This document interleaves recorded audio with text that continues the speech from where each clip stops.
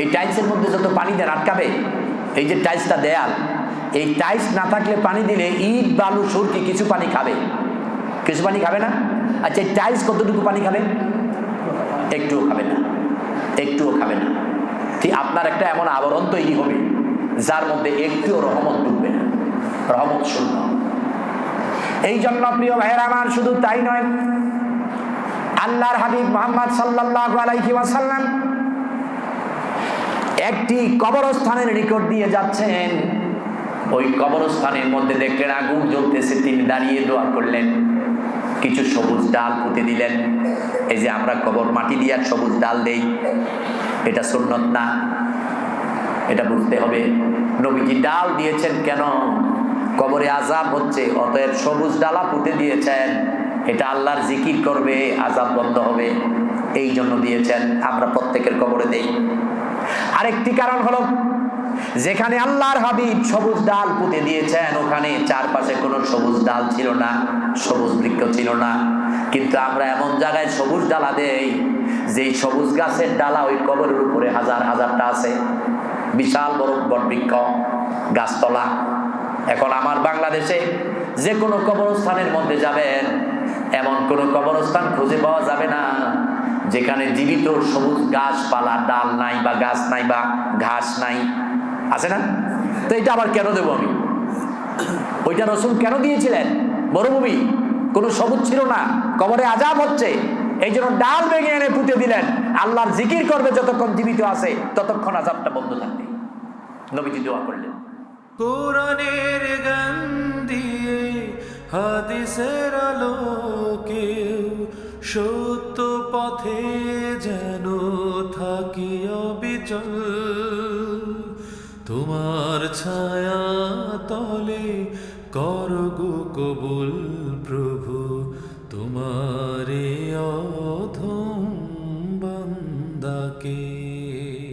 কত ঢাকাইয়া সাপ আপনারা, এই কত সাপ। এইখানে দোকানে চাকরি করে লেবার, আছে না? বাড়ি আমার কুমিল্লা, বরিশাল, নোয়াখালী, কত জায়গায়। এখানে কি কোনো একটা দোকানে গার্মেন্টসের লেবার, উনি যখন ঈদে বাড়িতে যায়, বেতন নিয়ে বাড়িতে যায়, দেশে গেলে উনি সাপ, সুন্দর চামড়ার জুতা, নতুন কাপড়। এলাকার মানুষগুলো দেখা গ্রামে আর তার চোখেই লাগে না।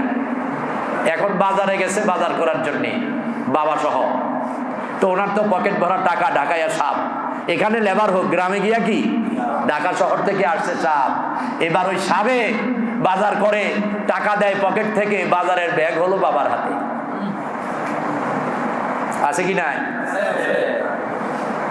বাজারের ব্যাগটা বাবার হাতে, কিনতে কিনতে 8-10 কেজি, বাবার কাছে মনে হয় 40 কেজি। বলেন তো কেন? কিনতে কিনতে 8-10 কেজি, বাবার কাছে মনে হয় 40 কেজি। ওই দিন আমি কয়টা পাঞ্জাবি আইনা দিছি লন্ড্রিতে, তো এই যে কাঁধে করে নিয়ে আসছি, তা আমার এগুলো ব্যথা করতেছে। তো বললাম যে এই পাঞ্জাবিগুলো আইনা ব্যথা করতেছে। সাথে আরেকজনে কয়, কি কাজ করে খাবেন, কি করে আপনি খাবেন? তো আরেকজন বলতেছে যে এই জন্য আল্লাহ এরে হুজুর বানাইছে। উনি আবার চিনছে আমারে, কয় তুমি তো চিনবে না হুজুর রে, এই জন্য আল্লাহ ওনারে হুজুর বানাইছে, কাম করতে হয় না। তার মানে পারি নাই। তাহলে এখান থেকে উনি গিয়া সাপ, বাবার কাছে মনে হয় ব্যাগটা 40 কেজি, ব্যাগে কিন্তু 10 কেজি হয় নাই, কিন্তু বাবার কাছে মনে হয় কত? বলেন তো কেন? তার শক্তিটা কমে গেছে, বৃদ্ধ হয়ে গেছে। ওই ব্যাগটা বাবার হাতে ভরে দিয়ে ছেলে এবার কয়, আব্বা আমার একটু কাজ আছে, আপনি ব্যাগটা নিয়ে বাড়িতে যান। ছেলে বন্ধুদের সাথে আড্ডা মারে, নাস্তা খায়, চায়ের গল্প করে। বাবার কাঁধে 10 কেজির ব্যাগ, বারবার এই হাত থেকে ওই হাতে বৈশা জিরায়, মনে হয় যেন বিশাল একটা বোঝা। আচ্ছা বলেন তো, আসলে সাপ না শুয়োর? সাপ না শুয়োর? আসলে শুয়োর। আল্লাহ তো বলছেন উলাইকা কাল আনাম। আপনি যেই হন না কেন, ব্যাগ থাকবে আপনার হাতে। আপনার বাবার মনটা খুশি করার জন্য টাকাগুলার ব্যাগটা বাবার হাতে দিয়ে বলেন, বাবা যেইটা পছন্দ যত দাম দিয়ে কিনেন, ব্যাগের বোঝা আমার হাতে দেন। বাবাও খুশি, আল্লাহও খুশি। বাবার কাছে মনে হবে আজকে, আরে আমার ছেলে দেখছো নি, ব্যাগটা ভরা টাকা আমার হাতে দিয়া আমারে কয় যা মন চাই কিনতে, যা মন চাই কিনতে। বাবার কলিজা হয়ে যাবে 1.5 হাত বড়, বাবার মন হয়ে যাবে প্রশস্ত, মস্তিষ্ক হয়ে যাবে সন্তুষ্ট। আল্লাহর কসম, আল্লাহর আরশ খুশি, আল্লাহ খুশি। আপনি মনে রাখবেন, আপনার ইমানের মধ্যে ঘাটতি আছে। আপনার জুতার দাম ১৫০০, বাবারটা ১২০০ টাকা, আপনার ইমানে ঘাটতি আছে। আপনার জুতা হবে আপনার জুতার চেয়ে দামি হবে আপনার আব্বার জুতা। আপনি অফিস করেন তো কি হয়েছে, বাবায় জন্ম দিয়েছে দেখ কেন বেটা অফিসে আইস, আছে না? এই জন্য লুঙ্গি কিনে দুইটা, একটা ১২০০ টাকা আর একটা ৩২০ টাকা। ৩২০ টাকারটা আব্বার আর ১২০০ টাকারটা ওনার। উনি সাহেব, উনি বাবু সাহেব, বাবা ফকির মিসকিন। বেটা ফকিরের পোলা আবার সাহেব হয় কেমনি? এই জন্য তুই সাহেব হইতে হইলে আগে বাবারে সাহেব বানা, তুমি ভদ্র হতে হলে আগে বাবাকে ভদ্র বানাও। তোমার পেছনে শত শত মানুষ বলবে অমুকের সন্তান অমুকের বাদশার মতো চালায়, ছেলেটা ভালো, ছেলেটা উপার্জন করে ভালো। তুই কেমনি বুঝলি? দেখোস না তার বাবার জুতা, পাঞ্জাবি, লুঙ্গি, দোকানে খরচ, তার বাবাই তো চলে অনেক সাহেবের মতো, জমিদারের মতো। আরে ছেলেটা ভালো, কামায়ও ভালো, আল্লাহ তারে বরকত দিন। হয় কি হয় না? মুখে মুখে দোয়া এসে যায়। এই জন্য আপনার আম্মার চাইতে বড় মেহমান, যেহেতু নবী মরে গেছে। নবী কি? নবী আপনার আমার হাতের কাছে আছে। তাহলে আপনার কাছে, আপনার এই দুনিয়ায় আপনার মায়ের চেয়ে বড় মেহমান আর কেউ নেই, বড় মেহমান আর কেউ নাই। অথচ কত গাদা আছে আমাদের, শ্বশুর শাশুড়িরে আব্বা আর আম্মা, আর মারে আম্মা ডাকে না, মাকে মা বলে ডাকে না। তোমার বাড়িতে মেহমান আসছে, শ্বশুর শাশুড়ি আসছে, অথবা পীর সাহেব দাওয়াত দিছেন, হুজুর দাওয়াত দিছেন, আগে মারে খাওয়ান, পরে অন্যরে দিয়ে। মায়ের চাইতে কোনো মেহমান নাই। আল্লাহর কসম, দুনিয়ার সব পীর মাশায়েখ সব মেহমানের চাইতে তোমার মায়ের জুতার মর্যাদাও তোমার কাছে বেশি। মায়ের জুতার ফিতার সমমর্যাদা কারো নাই তোমার কাছে। এই জন্য নবীদের, আল্লাহ নবী বলেছেন, এক মহিলা প্রশ্ন করতেছে, ইয়া রাসূলুল্লাহ সাল্লাল্লাহু আলাইহি ওয়াসাল্লাম, আল্লাহ তো পুরুষদের থেকে নবী দিছে, কিন্তু আমাদের নারীদের থেকে নবী দেয় নাই। নবীজি বললেন, মা তোমার চিন্তাটা ভুল, শুকরিয়া আদায় করো। আল্লাহ পুরুষদের মধ্য থেকে নবী দিয়েছেন, নারী নবী দেয় নাই। কিন্তু কোন নারীর পেট ছাড়া আল্লাহ নবী দেয় নাই।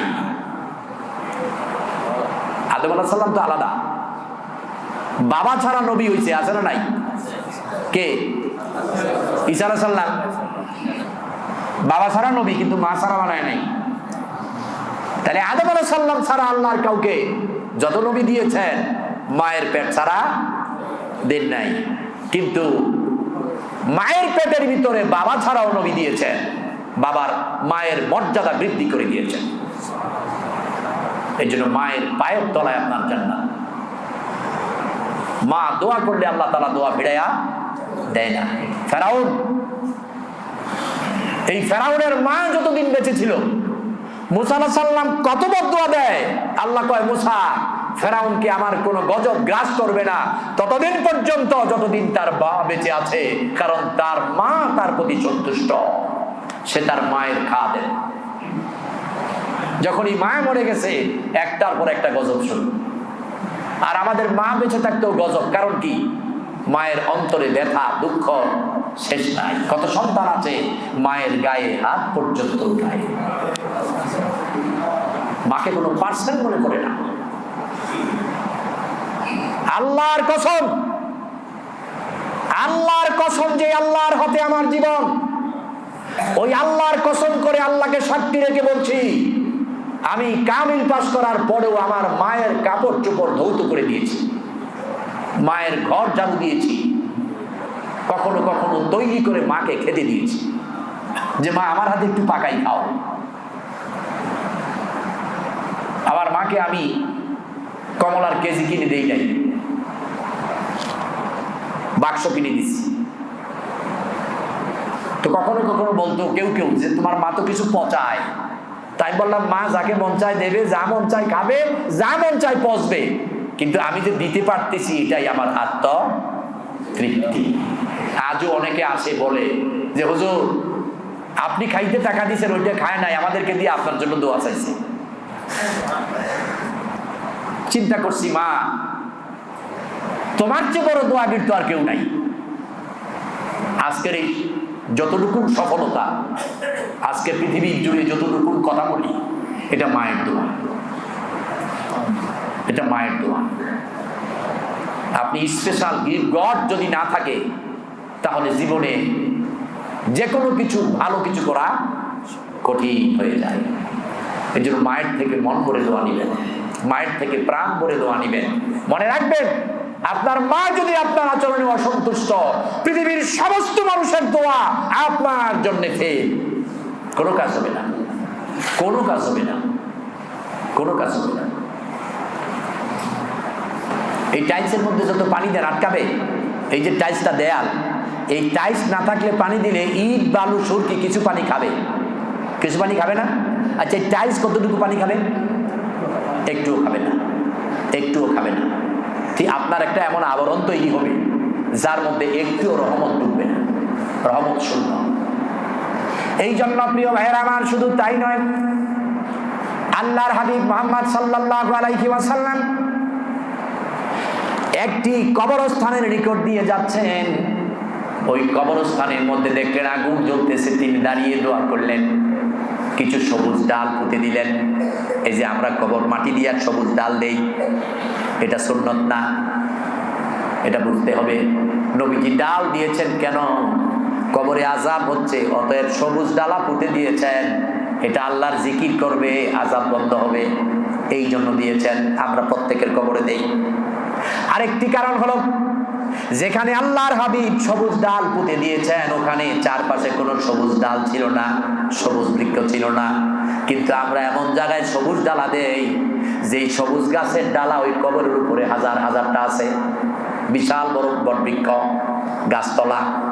এখন আমার বাংলাদেশে যে কোনো কবরস্থানের মধ্যে যাবেন, এমন কোনো কবরস্থান খুঁজে পাওয়া যাবে না যেখানে জীবিত সবুজ গাছপালা, ডাল নাই বা গাছ নাই বা ঘাস নাই, আছে না? তো এটা আবার কেন দেবো আমি? ওইটা রাসূল কেন দিয়েছিলেন? মরুভূমি, কোনো সবুজ ছিল না, কবরে আযাব হচ্ছে, এই জন্য ডাল ভেঙে এনে পুঁতে দিলেন। আল্লাহর জিকির করবে যতক্ষণ জীবিত আছে, ততক্ষণ আযাবটা বন্ধ থাকবে। নবীজি দোয়া করলেন। আল্লাহর হাবিব সবুজ ডাল পুঁতে দেওয়ার পরে, দোয়া করার পরে সব কটা কবরের আযাব বন্ধ হয়ে গেল। একটি কবরের আযাব, আগুন ধাউ ধাউ করে জ্বলে, বন্ধ হয় না। নবীজি আবার দোয়া করলেন, এবারও কবরের আযাব বন্ধ হয় না। আবার দোয়া করলেন, কবরের আযাব বন্ধ হয় না। নবীজি জিজ্ঞেস করলেন, কবরটা কার? খবর নাও। সাহাবীরা খবর নিলেন, পাশের বাড়ির ওই যুবকের কবর। আল্লাহর হাবিব ওই বাড়িতে চলে গেলেন, খবর নিলেন এই যুবকের কে বেঁচে আছে। আল্লাহর হাবিব খবর পেলেন যুবকের বৃদ্ধ মা বেঁচে আছে। আল্লাহর হাবিব বৃদ্ধা মাকে সালাম দিলেন, পরিচয় দিলেন, আর বললেন, মাগো, তোমার সন্তান তোমার সাথে কেমন আচরণ করেছে, কি ব্যবহার করেছে, সন্তুষ্ট কিনা? বৃদ্ধা চোখের পানিগুলো ছেড়ে বললেন, ইয়া রাসূলুল্লাহ সাল্লাল্লাহু আলাইহি ওয়াসাল্লাম, আমি ধন্য যে আপনাকে দেখলাম। ওগো নবী, আমার পুরনো মনের দুঃখ বেদনা মনে করায়া দিয়া চোখের পানিগুলো বের করে দিলেন। ইয়া রাসূলুল্লাহ, আমার ছেলে আমার সাথে যে আচরণগুলো করেছে, বর্ণনা দেওয়ার মতো না, বর্ণনা দেওয়ার মতো না। নবী গো, আমি পর্দার কারণে পারবো না। যদি আমি পারতাম, আমার পিঠের কাপড়টা উল্টায় দিতাম। আমার পিঠে, আমার শরীরে আজও তার আঘাতের কালো কালো দাগগুলা পড়ে আছে। মনের ভেতরের আঘাতগুলো তো দেখাতে পারবো না, কিন্তু দেহের দাগগুলো আপনারে দেখাতে পারতাম, কিন্তু পর্দার কারণে সম্ভব না। আল্লাহর হাবিব চোখের পানিগুলো ছেড়ে কাঁদতে, সাহাবীরা চোখের পানিগুলো ছেড়ে কাঁদতে। ওই মহিলা বলে, ইয়া রাসূলুল্লাহ সাল্লাল্লাহু আলাইহি ওয়াসাল্লাম, আমার জীবদ্দশা আমি তারে 3টা বদদোয়া দিয়েছি। কয়টা? 3টা। একটা হলো, রব্বুল আলামিন, আমার মৃত্যুর পূর্বে সন্তানটাকে তুমি পঙ্গু এবং অন্ধ করে দিও, যেন নিজের ময়লা আবর্জনা নিজে মুখে দেয়, নিজের ময়লা মল ত্যাগ নিজের মুখে উঠায় দেয়। আর আমার মৃত্যুর আগে তার মৃত্যু দিও, তার কবরের আযাবটা আমারে দেখাইয়া দিও।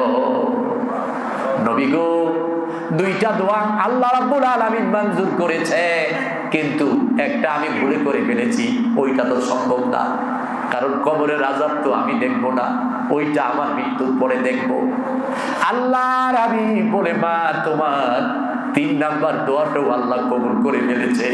ও মা, তোমার ছেলেকে কি তুমি মাফ করতে পারবা? বলে, না ইয়া রাসূলুল্লাহ, আমি তারে মাফ করতে পারবো না।